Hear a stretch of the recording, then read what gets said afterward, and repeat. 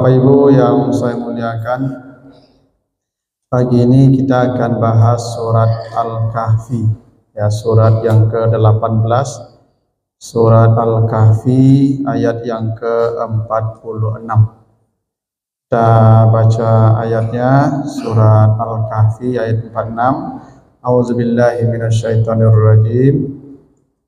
Al-malu wal banuna zinatul hayatid dunya wal baqiyatus salihatu khairun inda rabbika sawaban wa khairun amalah. Artinya, harta dan anak-anak adalah perhiasan hidup dunia, dan yang kekal dari amal saleh adalah sebaik-baik pahala di sisi Tuhanmu dan sebaik-baik harapan bagimu. Nah, itulah artinya surat Al-Kahfi ayat yang ke-46. Jadi kata Allah, harta dan anak-anak adalah perhiasan hidup dunia. Kata Allah begitu. Jadi harta, anak itu disebut sebagai perhiasan. Nah, kenapa harta dan anak disebut sebagai perhiasan?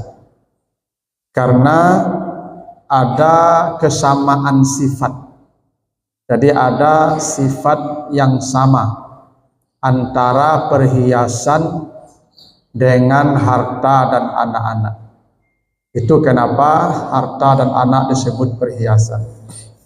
Apa sifat yang sama itu? Satu, perhiasan itu sifatnya selalu dibanggakan. Nah, itu sifat perhiasan, Bapak Ibu. Jadi perhiasan itu sifatnya selalu dibanggakan. Makanya ibu-ibu kalau pakai cincin ame, gak banyak di jari itu biasanya rajin pai arisan tuh, rajin pai majelis taklim. Beko daki orang rami itu acuk menggaruk-garuk itu.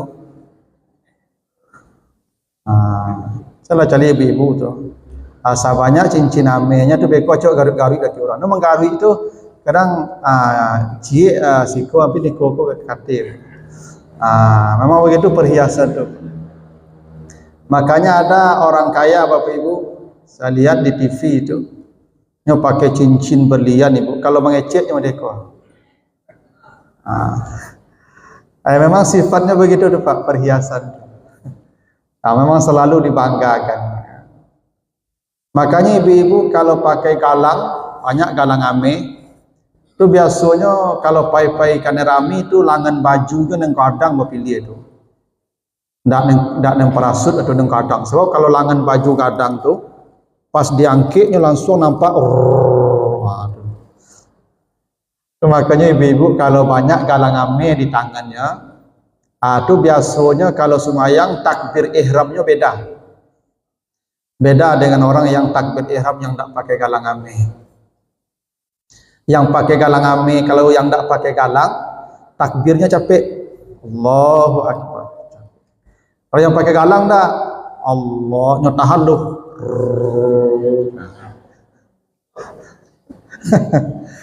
Ini ada begitu ibu ya. Yang baru-baru pakai barang, lama-lama telah biasa. Tapi itu sifat perhiasan tuh. Perhiasan tuh selalu dibanggakan.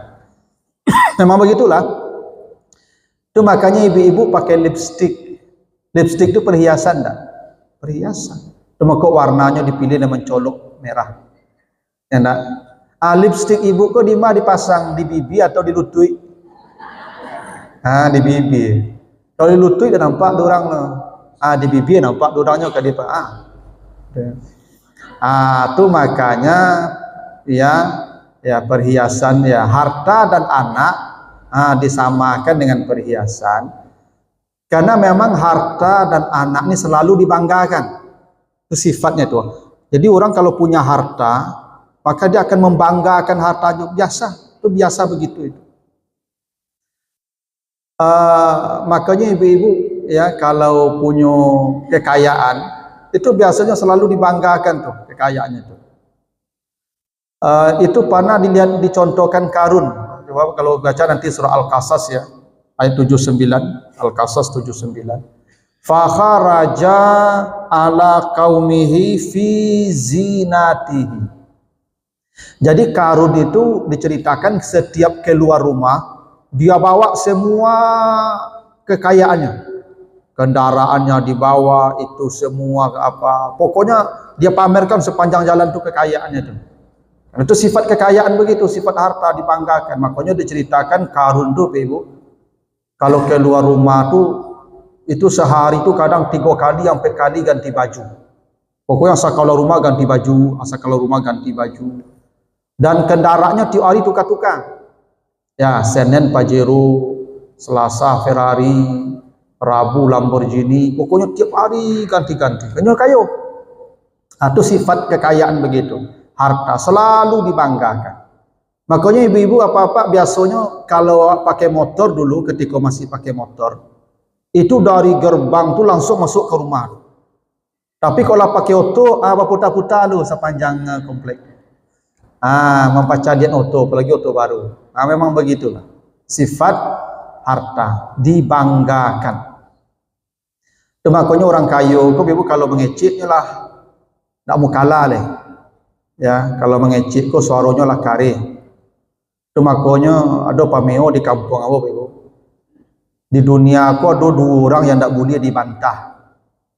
Ya, tak boleh dibantah 2 orang. 1 orang kayu, 2 orang gilo. Kalau tak boleh bantah lah Pak. Orang kayu je, orang gilo je. Karena kalau dibantah masalah orang kayu, kalau dibantah tak nyobain. Kalau ibu dulu lapau tu orang kayu tu kalau mau tahu yuan saya tak nyobain itu. Saya oleh ibu. Tapi kalau dibantah tak nyobain itu. Begitulah. Kalau orang gilo dibantah nyampuk apa itu. Gilo. Nah, itu sifat harta begitu. Anak juga begitu. Jadi anak cucu itu kebanggaan. Makanya ibu-ibu kalau kumpul, ibu-ibu kumpul, yang diceritakan siapa? Kalau ndak anak, cucu. Padahal ibu menceritakan kami. Kalau kumpul-kumpul ibu tuh suami ibu ceritakan. Padahal kalau kami ibu ceritakan simpiliknya, panyerengenya, lalok bakaruhnya dah betul. Yang buruk-buruk saja, yang elok lah saya lah kamu. Karena kami kan ndak perhiasan, lah tu makanya ibu ndak membanggakan kami.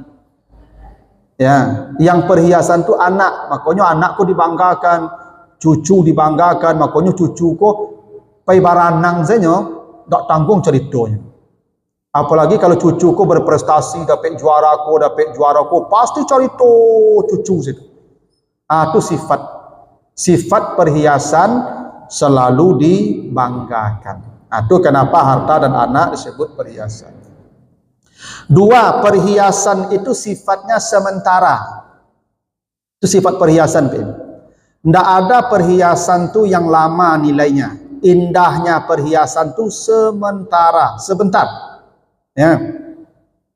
Dan itu disebutkan Allah di surah Al-Hadid ayat 20. Ya, Al-Hadid ayat 20.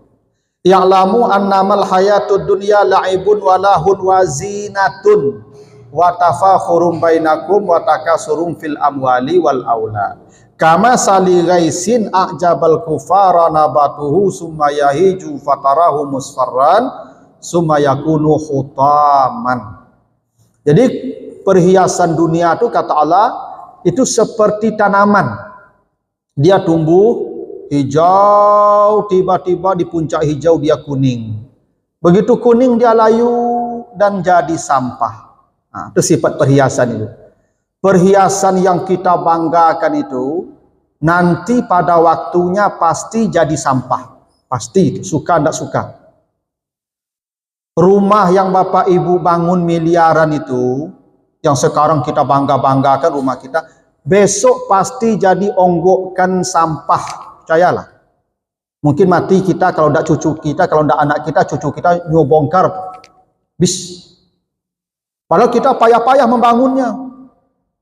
Pada akhirnya semua yang kita banggakan akan jadi sampah.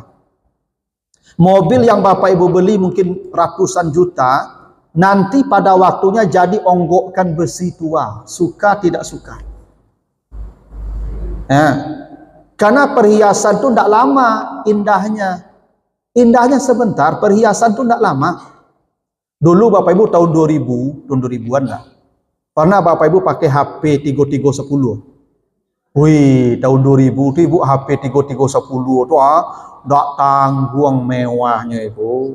Kalau pakai HP 3310 itu di saku bungku letak itu. Kalau berjalan mendeko berado tu. Enak. Kalau HP itu tak tanggung dicari daki orang rami itu. Mewah HP itu ketika itu 3310 itu. Kini kok itu Ibu menelepon lah, menyuruh lah kok mah. Enggak. Padahal dulu mewah, dulu indah. Karena perhiasan itu indahnya sebentar. Nah, harta begitu pula, dia sebentar. Anak begitu pula, dia sebentar jadi keindahan. Harta jadi keindahan sebentar. Tidak lama, pada masanya semuanya jadi sampah, kata Allah. Nah, karena itu Allah tawarkan yang namanya al-baqiyatu as-salihat. Ada perhiasan yang kekal nilainya, bukan bendanya. Harta tidak akan kekal, anak tidak akan kekal, tapi bisa kekal as-salihat, kebaikannya yang kekal.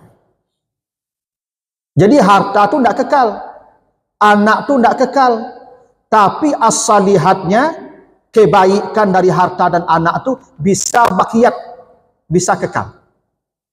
Nah, karena itu Bapak Ibu, ya, di surat An-Nahl ayat 96, kata Allah, ma indakum yanfad wa ma indallahi baq. Apapun yang kalian simpan bersama kalian pasti hilang, lenyap dan binasa.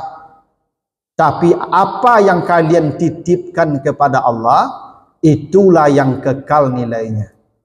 Jadi Allah sebut begitu. Apa yang kalian simpan, dia pasti lenyap. Dia pasti binasa. Pasti hancur. Minimal berpindah tangan. Rekening Ibu yang banyak kini itu, kok mati Ibu kini, ini berpindah tangan mereka tu. Pasti itu. Apapun yang kau simpan, dia akan binasa, hilang, lenyap, minimal berpindah. Pasti itu. Saya beli mobil Bapak Ibu, ratusan juta mobil. Seminggu sudah beli oto tu, mati ya Bapak Ibu. Mati ya. Oto yang mahal bali itu Ibu, ambo ke kuburan tak jitu lu tu. Oto ambo beda tu mah, ngeong. Atu oto ambo beko tu mah. Oto ambo rancak aku orang lain kau pakai tu mah. Enggak. Tiba di kuburan, ambo dimasukkan ke dalam tanah tu, dah selesai. Oto ambo pulang rumah, tak tinggal situ tu, pulang. Itu masuk gerasi. Sampai bulan 10 hari setelah ambo mati, tiba sopir baru ikut rumah. Cayol ibu kamu, tiba sopir baru rumah. Iyalah, orang rumah ambo muda baru. Ke rumah ada, oto ada. Dah banyak sopir ikut tiba tu. Ambo payah saya dapat. Pokoknya ambo oto ketek bukan lama saya wali pu pada panjang kalau. Saya mali Pajero kok mati ya, ganti sopir sama kali saja. Memang betul lah. Jadi semua yang kau simpan itu akan lenyap, binasa. Yang kau titipkan kepada Allah, itulah yang kekal. Yang kekal itu apa? Sawaban. Pahalanya yang kekal. Ada satu riwayat Bapak Ibu. Satu hari Nabi pernah menyembelih kambing. Setelah sembelih, kata Nabi ke Aisyah, masak kambing ya. Nanti setelah masak, bagi dagingnya ke orang miskin. Baik, kata Aisyah, masak, bagi. Siang pulang Nabi, Aisyah, sudah dimasak tadi kambing? Sudah dibagi ke orang miskin, sudah habis. Semua sudah habis saya bagi, tapi saya tinggalkan satu potong untuk engkau makan. Kata Nabi, Aisyah, ketahuilah, yang kau katakan habis itu, itulah yang tinggal. Yang kau katakan tinggal ini, inilah yang habis. Tapi begitu ya. Yang kau katakan habis dibagi tadi, itu yang tinggal. Yang kau katakan tinggal untuk saya, inilah yang habis. Jadi ada harta itu yang kekal, ada harta itu yang habis. Nah, itulah yang disebutkan Nabi dalam hadis Muslim, iza matal insan in qata'a amaluhu, bila manusia mati maka habis amalnya, sudah selesai. Kecuali ada 3 amalnya yang sampai hari kiamat. Apa itu? Sedekah jariyah, ilmu yang bermanfaat, dan anak yang selalu mendoakan, anak saleh namanya. Nah, hadis ini Bapak Ibu dirinci dalam hadis Abu Dawud dari Anas bin Malik. Kata Nabi begini, sab'atun yajri lil 'abdi ajruhunna wa huwa fi qabrihi ba'da mautihi ila yaumil qiyamati. Ada 7 amal yang kekal dan akan menggembirakan pemiliknya sampai hari kiamat selama berada di alam kubur. Salah Bapak ya. Berarti ini yang disebut al-baqiyat as-salihat namanya tadi itu. Ya, perhiasan yang kekal nilainya sampai hari kiamat, tak berhenti, terus datang kepadanya amal ini 7. 1 kata Nabi, man 'allama ilman, siapa yang pernah mengajarkan ilmu. Jadi Bapak Ibu yang pernah mengajar, apakah mengaji, apakah jadi guru, jadi dosen, itu amalnya abadi sampai hari kiamat. Kalau mati, dia yang pertama gembira tuh. Jadi beruntunglah Bapak Ibu yang pensiunan guru, pensiunan dosen, tuh laman tuh, nunggu mati sila tuh. Ya, mati langsung ya. Yang guru, dosen, pokoknya aman lah. Ya, kok le ikhlas maja, tapi kok sertifikasi dikajanya tuh ndak boleh tuh. Ya, sesuai niat, itu. Yang guru, ya, yang dosen, insya Allah aman. Guru apa? Terserah mau guru apa saja selama ilmunya bermanfaat. Hanya 1 ilmu yang tidak bermanfaat, nanti baca di surah Al-Baqarah 102. Apa ilmu yang tidak bermanfaat? Kata Allah, sihir. Sihir saja. Kalau Bapak Ibu mengajar ilmu Pakasi, Kabaji, Sijundai, Palasi, itu ya tidak ada manfaatnya. Lain daripada itu aman. Yang biologi, yang fisika, matematik, ekonomi, ya bahasa Inggris, sejarah, aman. Karena itu ilman namanya, apapun ilmunya nakirah umum. Beruntunglah Bapak Ibu tuh, ya, yang dipilih jadi guru, dosen. Insya Allah aman. Saya nih Bapak Ibu, menyampaikan apa yang saya sampaikan pasti saya berpahala. Karena kebaikan saya sampaikan. Tapi dari mana saya dapat ini? Dari guru-guru saya. Dulu saya lahir tidak ada tahu apa-apa kecuali menangis saja. Saya belajar, saya ambil ilmu dari siapa saja guru-guru saya sekarang bagi ke Bapak Ibu. Saya berpahala, semua guru saya yang sudah mati sekarang sedang bergembira. Karena ilmu yang saya ajarkan ini itu dari mereka. Nanti guru murid saya begitu pula dengan saya. Saya mati, murid saya mengajar ilmu saya dapat lagi itu. Guru saya dapat lagi itu. Itu hebat guru itu, Bapak Ibu. Nah, maka Bapak Ibu yang lagi guru, yang ala dosen, jangan jadi pejabat doh lah tuh, jadi guru dosen salah lah. Jangan jadi pejabat oleh. Itu hilang jatah majah, itu jadi pejabat tuh di majah lah. Itu amal besar majah tuh Ibu tuh. Nah, yang kedua kata Nabi, ajra nahran, dia pernah mengalirkan air. Kuado Bapak Ibu yang keraju di PDAM atau pensiunan PDAM itu laman je tuh mah. Ya dah. Yang di PDAM ya. Karena awak berwudu, mandi, itu kan karena air tuh.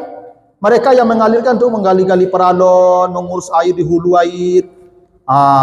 Yang keraju PDAM tuh aman tuh, yang menggali-gali lubang peralon tuh. Seolah aman. Kalau ikhlas yang mengalirkan air. Termasuk arus listrik. Kok mengaliri kok? Yang keraju di PLN aman je tuh. Aman. Ya, ada apa pensiunan PLN? Tuh tunggu sila mati di aman tuh. Ya tuh. PLN aman ya. Atau hafara bi'ran, menggali sumur. Ini kata Nabi begitu.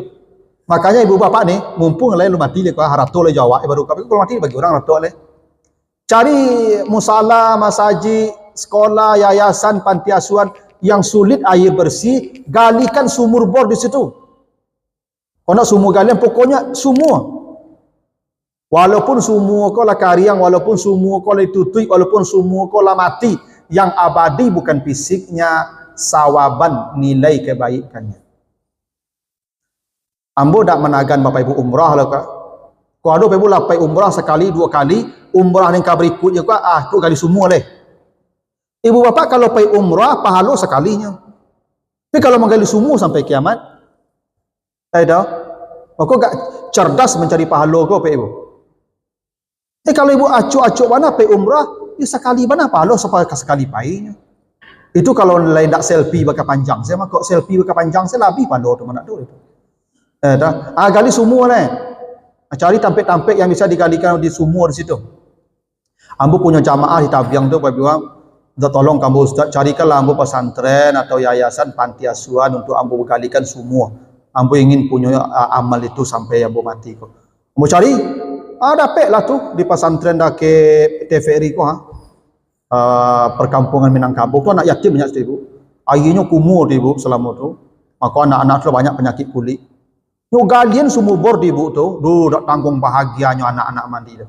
Dia anak ko banyak laki pedusi nyubuh encik lai dua nyubuh semua bor Ibu. Tu laman tu. Mantap. Ibu mumpung lah ya 200 gini kan. Cari-cari tampil menggali semua ni. Ada. Oh, ndak bisa lo Ustaz. Ndak apa-apa. Awal rasa nakhlan atau dia menanam pohon. Menanam pohon ku besar pahalanya Ibu. Ibu bapak kalau menanam pohon, kata Nabi, itu buah itu kalau dimakan orang tu sedekah yang paling menggembirakan. Andai buahnya ndak ada pohon itu, maka daunnya yang dimakan ulat pun cukup menggembirakan dia kalau sudah mati. Karena ulat itu makhluk Allah, maka daun yang dimakan ulat pun jadi sedekah yang menggembirakan orang yang menanam. Hebat menanam pohon itu Ibu. Itu makanya sering saya katakan tuh ibu-ibu kalau do menanam jambu lengkiang dekat rumah, kok babuah jambu lengkiang tu jadi sungkuit do jasoi buah tu. Biarlah dimakan kaluang kelelawa, sedekah tu. Diciluk orang, biarlah diciluk orang sedekah. Sedekah menanam pohon tu Ibu. Makanya kata Nabi besok mau kiamat tanam pohon hari ini. Kalau lega lawe lahan Bapak Ibu tanamlah pohon. Ya hebat tanam pohon tu.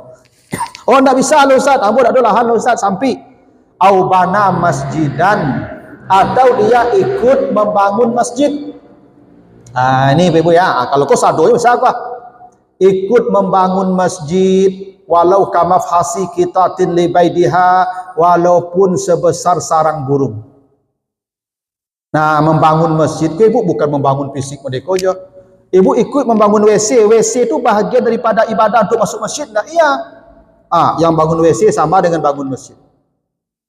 Ibu mau membalikan AC, itu untuk kepentingan orang beribadah tak sama tu dengan bangun masjid. Ustaz bagi sumbangan untuk honor guru-guru maja mengaji. Anak-anak diajar mengaji untuk meramaikan masjid taknya besok.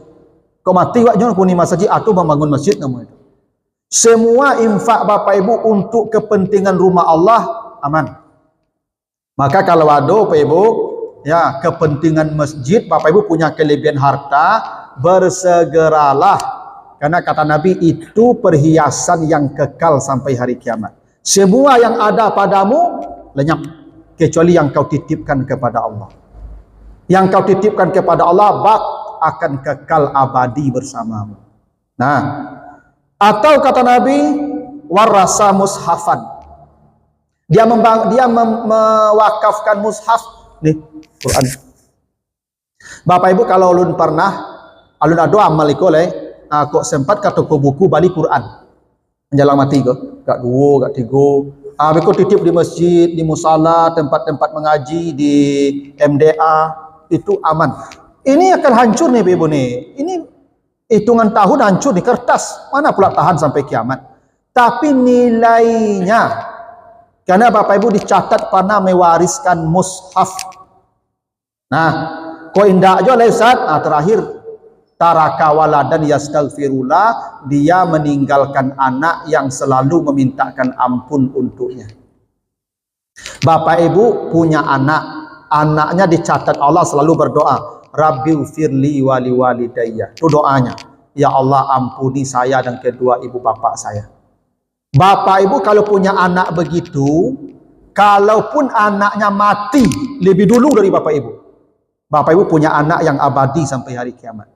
Nilai anak itu dicatat abadi karena dia pernah memintakan ampun untuk orang tuanya. Makanya bapak ibu yang punya anak-anak yang lah dewasa, lah berumah tangga, doa itu tolong kirim ke nyo.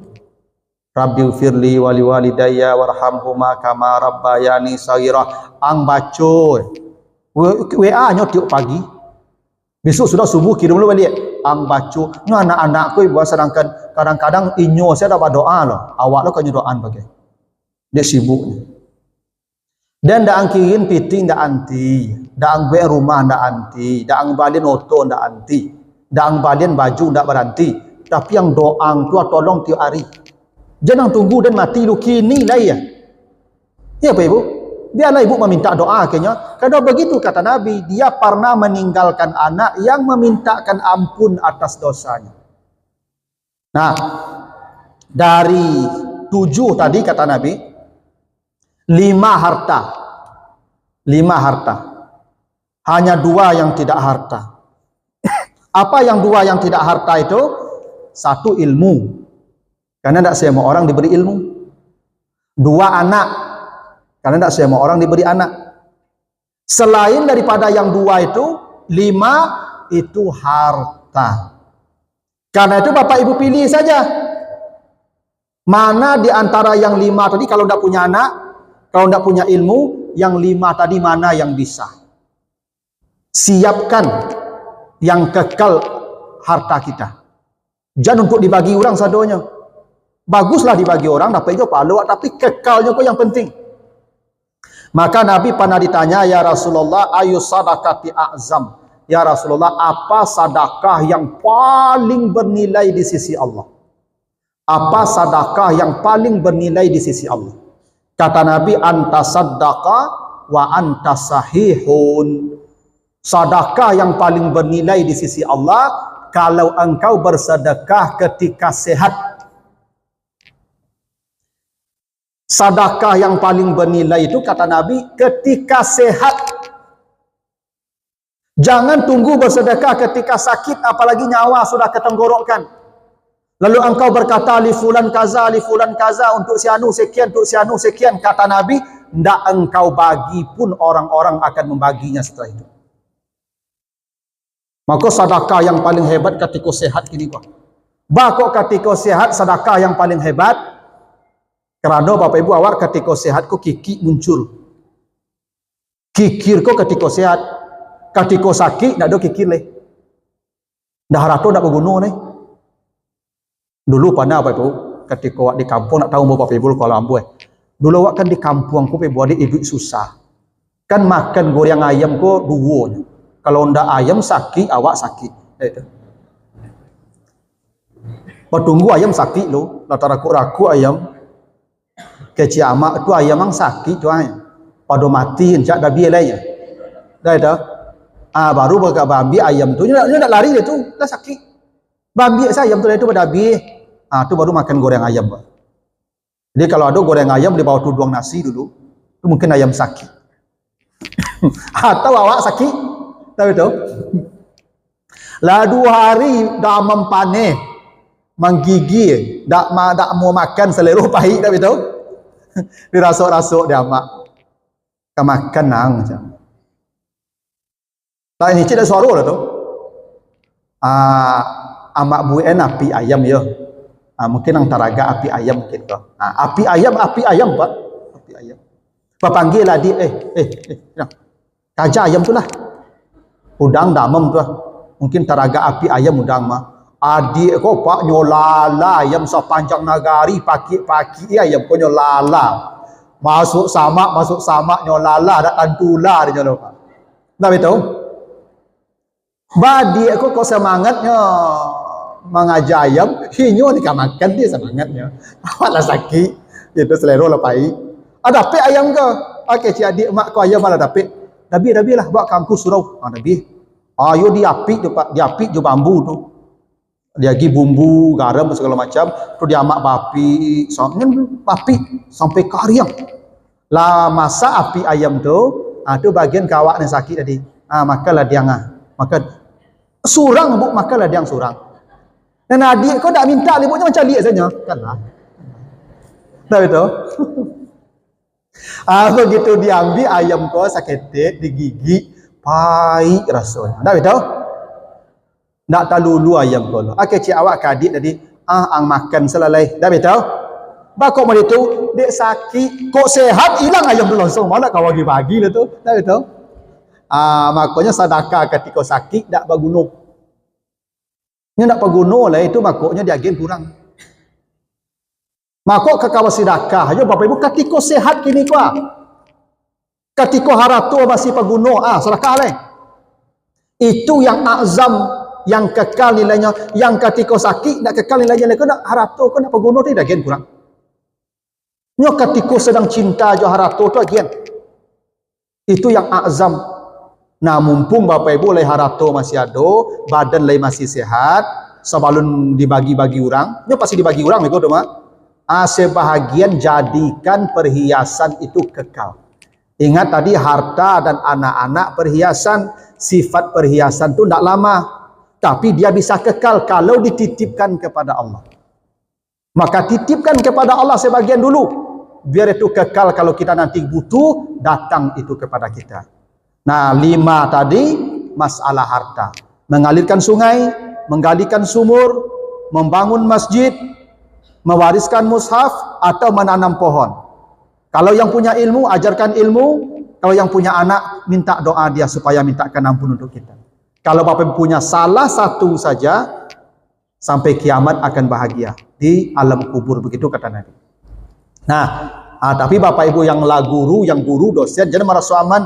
Dan laman bana dan tak boleh dan nunggu mati sekali dia tak mula tu ibadah tetap, tapi itu salah satu amal yang kekal sampai hari kiamat. Karena mengajar itu sedekah. Bapak Ibu, mengajar itu sedekah. Karena orang berharta sedekahnya harta, orang berilmu sedekahnya ilmu. Karena tidak semua orang berilmu dikasih harta, rata-rata orang berilmu tidak dikasih harta. Orang berharta tidak dikasih ilmu, rata-rata begitu. Sebab orang berharta itu sibuk mencari harta, siang malam tidak sempat belajar. Orang yang berilmu siap belajar, siang malam belajar, tidak sempat mencari harta. Cuma orang berilmu tidak ada yang kayo. Imam Bukhari tidak kayo, sampai mati bahkan tidak punya rumah ceritanya. Imam Syafi'i miskin hidupnya, Imam Hambali miskin hidupnya. Ya, Buya Hamka tidak kayo, tidak ada ilmuwan yang kayo lah, Ibu. Hanya sibuk je ilmu setiap hari mengajar, belajar, tidak sempat mencari dunia. Makanya Abu Hurairah yang banyak meriwayatkan hadis tidak punya rumah. Dia sibuk belajar. Yang punya harta seperti Utsman, dia sibuk berdagang sehingga tidak pernah meriwayatkan hadis Utsman bin Affan. Hanya beberapa saja. Kenapa? Sibuk dengan harta. Tapi dua-duanya bisa bersedekah. Yang kaya dia bersedekah dengan ilmunya untuk abadi hartanya. Yang berilmu bersedekah dengan ilmunya mengajar, yang abadi ilmunya yang disebut dengan ilmu yang bermanfaat. Jadi Bapak Ibu jangan di ustaz ku nyuruh-nyuruh sedekah, you tak pandai sedekahnya tak ada kena agel ibu ni ilmu punyanya. Sedekah ibu ilmu. Sedekah ibu ya harta. Samanya tu dulu ni lepas lo tu ilmu yang bermanfaat, sedekah jariah sama. Dua-duanya sedekah. Gitu. Jadi kalau ada ustaz berceramah tentang sedekah, tu tak nampaknya bersedekah di mulut jen. Awak justru serakahnya tak pernah serakah. Itu serakahnya ilmu tadi. Itu. Ibu yang punya harta, yang tak punya ilmu. Insya Allah dua-duanya bahagia kalau sudah berada di alam kubur. Nah Bapak Ibu lakukan saya dulu. Tak ciek. Kau hasil celik sudah mati. Kau. Ya kan? Bapak sudah mati. Nampak Ibu kalau kini mana nampaknya. Mati dulu. Baru nampak hasil kau.